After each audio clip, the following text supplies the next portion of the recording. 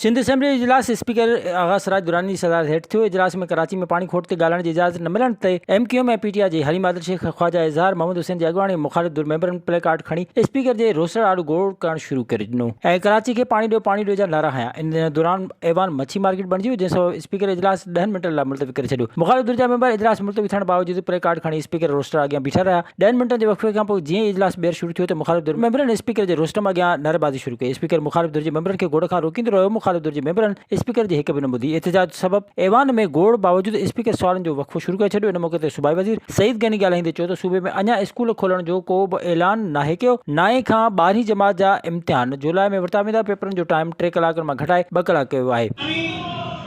और 10वीं और 11वीं और 12वीं के एग्जाम से सिंध हुकूमत ने तमाम सूबों से पहले उनको डिले किया और हमने अनाउंस किया कि 9वीं 10वीं और 11वीं 12वीं के इम्तिहान जो है वो जुलाई में होंगे।